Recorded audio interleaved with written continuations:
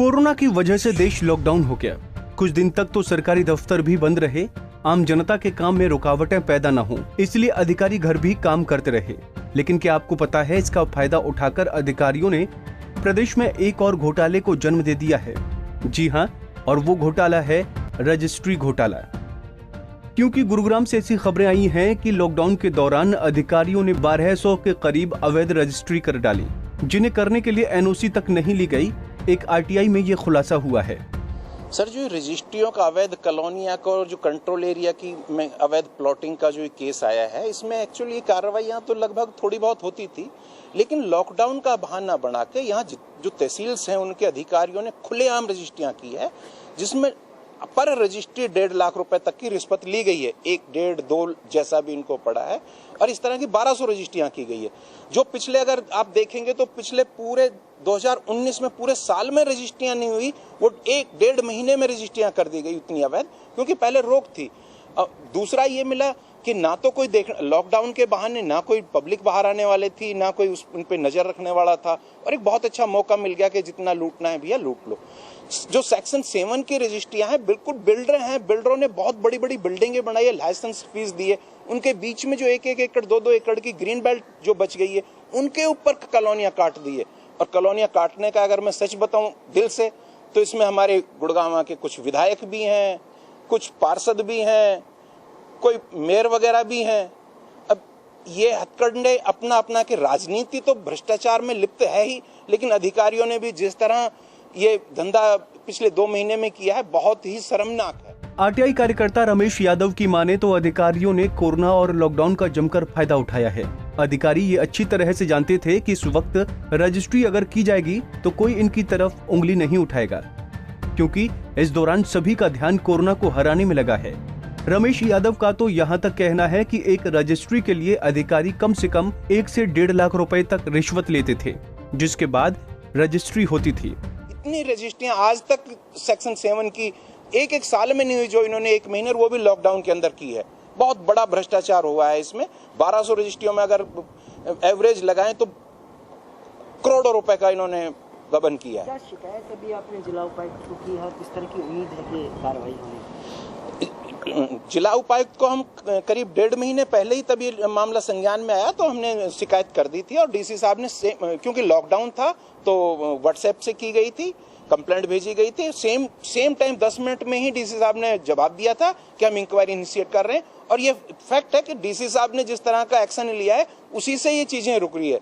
DC साहब ने तुरंत उसके ऊपर फाइनेंस कमिश्नर को रिपोर्ट भेजी, और वहां से किस किस ने किया है, और इन सब को देखते हुए अभी ये इन पर रोक लगी। आरटीआई में ये खुलासा हुआ है कि ये सभी रजिस्ट्री अवैध रूप से करीब 7 तहसील के अंदर की गई हैं, जिसके लिए डीटीपी ऑफिस से एनओसी लेना जरूरी होता है।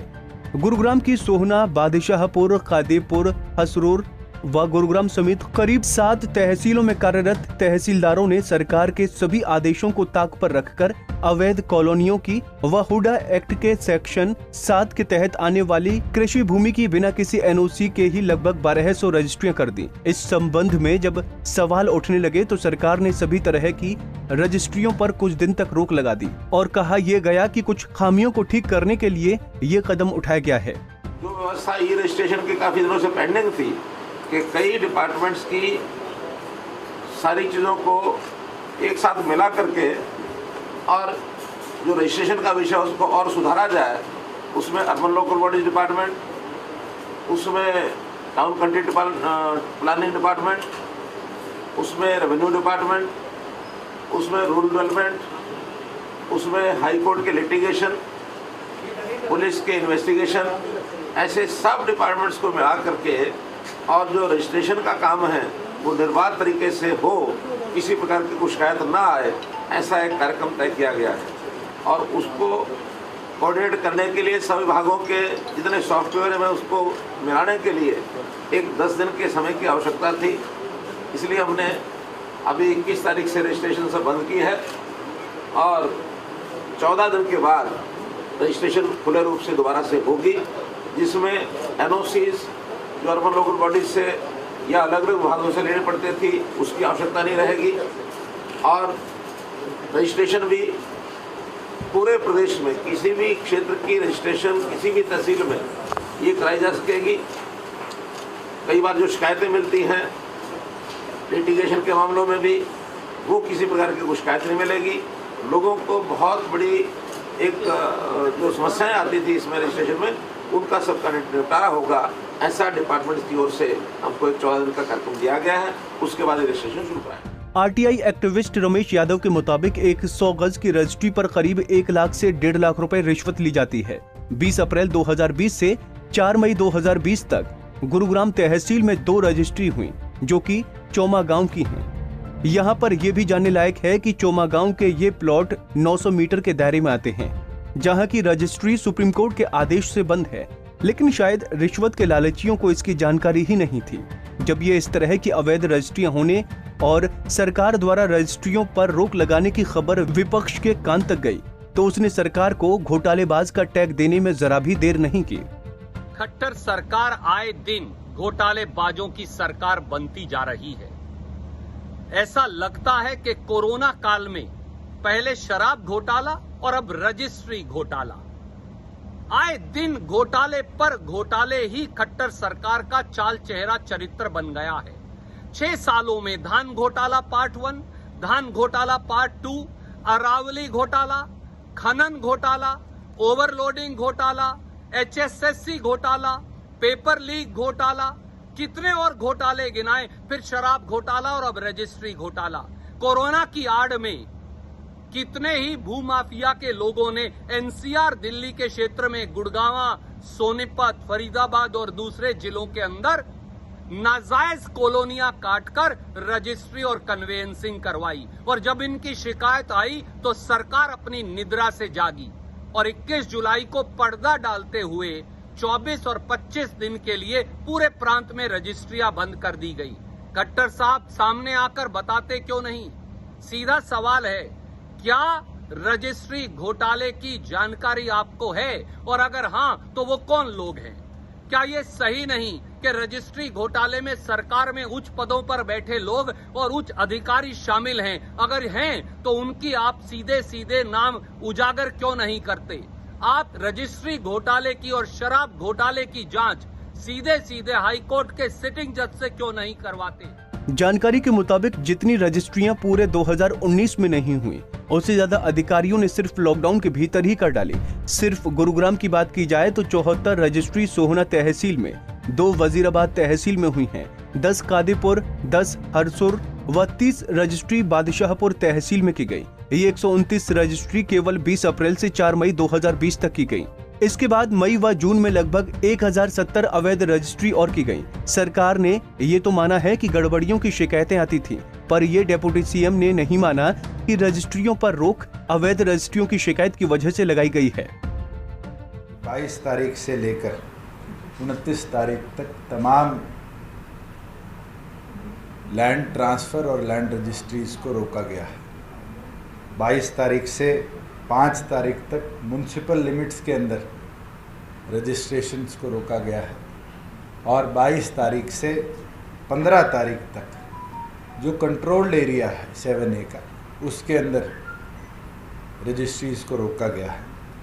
3 चीज़ें जो मैंने पहले भी आपके साथ साझी करी थी, उनको प्राथमिकता देते हुए ये निर्णय लिया गया है कि पहली चीज़, हरियाणा प्रदेश के अंदर रजिस्ट्री को और सिंपलर बनाने के लिए रेवेन्यू विभाग अपनी जमाबंदी की जो वेबसाइट है उसके अंदर सैंपल डीड्स गरीब आदमी के लिए भी टेम्पलेट्स के तौर पर अवेलेबल कराएगा, चाहे वो एक्सचेंज की हो, चाहे ट्रांसफ़र की हो, और एक ही उद्देश्य के साथ कि आम आदमी को फिर दर दर के ठोकरें ना खानी पड़े, केवल मात्र अपना नाम, अपनी प्रॉपर्टी की जो डिटेल है, खसरा नंबर हो, वो अपलोड कर एक सिंपलर फॉर्म में वो अपनी रजिस्ट्रेशन करा पाए।